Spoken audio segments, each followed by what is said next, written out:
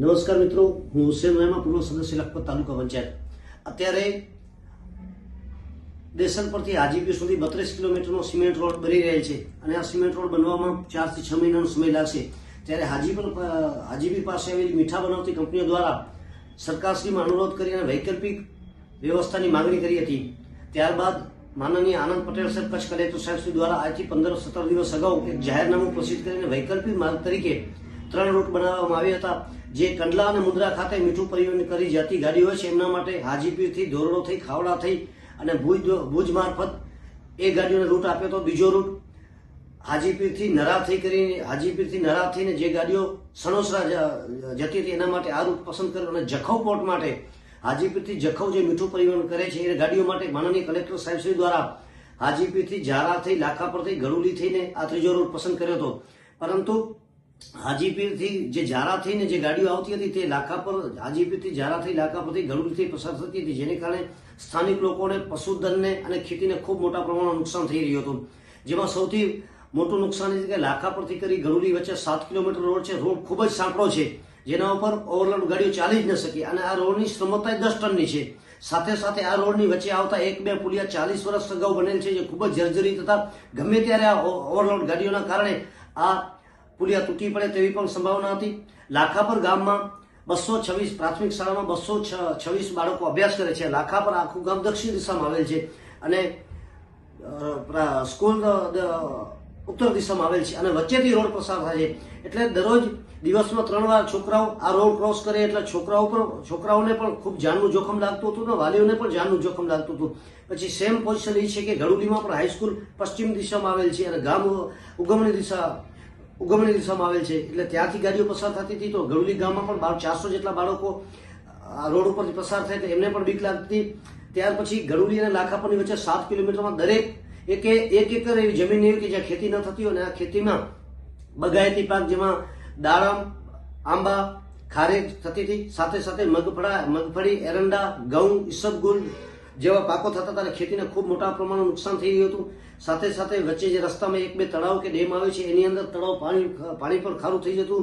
પર્યાવરણની દ્રષ્ટિએ પણ ખૂબ નુકસાન થતું હતું અને શાળાના બાળકો સ્કૂલે જતા એમને ભય લાગતો હતો, એટલે શાળાના છોકરાઓ સ્કૂલે ન જવાનો શાળાનો પણ બહિષ્કાર કર્યો હતો. સાથે સાથે આ રોડ એટલે કે ગરુડીથી કરીને ઝારાનો જે રોડ છે, ઝારા ખાતે જે BSFની ચોકી આવેલ છે તો BSFની ચોકી માટે પણ આ જ એક રોડ મહત્વનો રોડ હતો. એટલે સુરક્ષાની દ્રષ્ટિએ પણ આ રોડ બહુ જરૂરી હતો અને સાથે સાથે રોડ એટલો સાંકળવાળો છે કે મોટી ગાડીઓ ચાલી પણ ન શકે. આ તમામ મુદ્દે અમે યોગ્ય કક્ષે રજૂઆત કરી અને સાથે સાથે લાખાપર ખાતે રામદેવપીરનું મંદિર આવેલ છે અને દર મહિનાની 11 અને બીજના ખૂબ મોટા પ્રમાણમાં શ્રદ્ધાળુ 800,000 બીજના અને 800,000 11ના શ્રદ્ધાળુઓ રામાપીર દર્શન કરવા માટે જતા હોય છે. ત્યારે આ તમામ મુદ્દે અમે રજૂઆત કરી અને માનનીય મામલતદાર સાહેબ શ્રી, પ્રાંત સાહેબને અને કલેક્ટર સાહેબને રજૂઆત કરી.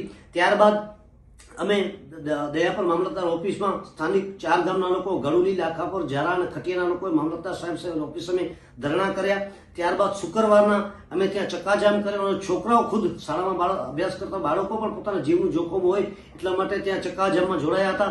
ત્યારબાદ અમે સોમવારના લાખાપર, ગરુડી, ખટિયા અને ઝારાના લોકોએ કલેક્ટર સાહેબશ્રીને રજૂઆત કરી, PWD સ્ટેટ નાયબ સાહેબને રજૂઆત કરી. આટલી 10 તકલીફો છે જે અંગે કલેક્ટર સાહેબશ્રીએ સ્થાનિક લોકોને પડતી આવી બહુ મુશ્કેલી, બહુ નુકસાનના કારણે કલેક્ટર સાહેબશ્રીએ જાહેરનામું રદ કર્યું. એ બદલ હું કલેક્ટર સાહેબનો પણ આભાર માનું છું અને સમગ્ર વહીવટી તંત્રનો આભાર માનું છું. અને અમારા ગામમાં 4-5 દિવસ અગાઉ આ ગાડીઓના કારણે આ રોડ ઉપર એક બહુ ગંભીર અકસ્માત થયો અને 2 જુવાન દીકરા અમે ગુમાવી દીધા. 5 વર્ષ અગાઉ અમારા ગામમાં જ અષાઢી બીજના દિવસે બહુ દુઃખદ બનાવ બન્યો હતો અને 8-10 વર્ષના અમારા પાટીદાર સમાજના ભૂલકાઓ પણ અમે ગુમાવ્યા હતા. આ તમામ રજૂઆતો અમે કલેક્ટર સાહેબશ્રી અને પ્રાંત સાહેબને કરી અને કલેક્ટર સાહેબનો અને તમામ વહીવટી તંત્રનો આભાર માનું છું કે આ જાહેરનામું રદ કરી અત્યારે ગરુડી, લાખાપર જે મીઠું પરિવહન કરતી ગાડીઓ છે એના પર પ્રતિબંધ મૂક્યો છે. સાથે સાથે નરાથી જે રોડ હતો એ પણ બંધ કર્યો છે, કારણ કે નરાથી જે ગાડી દયાપરથી પસાર થાય તો ત્યાં 4 થી 5 સ્કૂલો આવે છે. તો દયાપરમાં પણ આ જ પોઝિશન હતી. તો માનનીય કલેક્ટર સાહેબશ્રીએ સોમવારના અમારી રજૂઆત ધ્યાને લઈ, સ્થાનિક લોકોની રજૂઆત ધ્યાને લઈ અને બંને રોડ પર પ્રતિબંધ આપ્યો છે. એ બદલ હું કલેક્ટર સાહેબનો અને સમગ્ર વહીવટી તંત્રનો, સમગ્ર લખપત તાલુકાની જનતા વતીથી ખૂબ ખૂબ આભાર માનું છું. નહીં તો એ બહુ મોટો અકસ્માત થાત. સાથે સાથે જે ધોરડો ખાતે પ્રવાસીઓ પ્રવાસ કરવા આવે છે એ ધોરડો થઈ હાજીપીર થઈને, લાખાપર થઈ, ગરુડી થઈને માતાના મઢ, આશાપુરા માનું મંદિર, કોટેશ્વર, કટેશ્વર, લખપત આ કે કચ્છના વિવિધ સ્થળે આ રોડ ઉપરથી પસાર થયા તો દરરોજ એક ગાડી પલટી મારતી હતી, દરરોજ એક બે અકસ્માતો થતા હતા.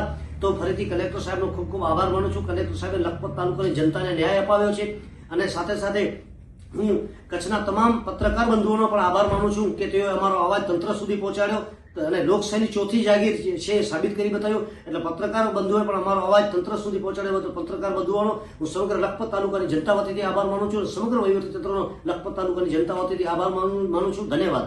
તમે આજે બધા સ્કૂલના છોકરાઓ અહીંયા કને રસ્તાની વચ્ચે રોડ રોકી અને બેઠા છો, આ ગાડીઓ અટકાવી છે, શા માટે અટકાવી છે? કેમ કે અમારા ગામમાં જે ગાડીઓ જાય છે અને નાના બાળકો છે એ વચ્ચે દોડ કરે એમને તકલીફ પડે છે અને એ જે ગાડીઓ જાય છે અમને એમાં મરવાનો ડર છે અને જે ગાડીઓ જાય છે તે જ જાય છે અને એ અમને એમાં જે નાના બાળકો હોય છે તે અહીંયાથી એ રસ્તામાં બધાના ઘર આ બાજુ છે એટલે બધા અહીંયા રોડથી જાય છે અને અહીંયા આ રસ્તામાં આ બહુ અમને તકલીફ થાય છે કે એ અમને કોઈ આ પલટી ન જાય અને અહીંયા ઘણા બધા પલટે છે એટલે અમને બહુ ડર છે કે અમારા ઉપર કોઈ પલટી ન જાય એ અને હવે આ અમને મીઠાની ગાડી બંધ કરાવી છે. અમને બહુ તકલીફ થાય છે કે મીઠાની ગાડી જાય છે ત્યાંથી. મીઠાની ગાડીઓ જે પણ છે તમે રોજે સ્કૂલ જઈએ છીએ નાના છોકરાઓથી અમને મોતનો ડર લાગે છે કે આ ગાડીઓ અમને ઠોકી ન નાખે. અમે નમ્ર વિનંતી છે કલેક્ટર સાહેબને કે આ ગાડીઓ જલ્દ બંધ કરાવે, તો અમે સ્કૂલ બંધ કરી નાખીએ.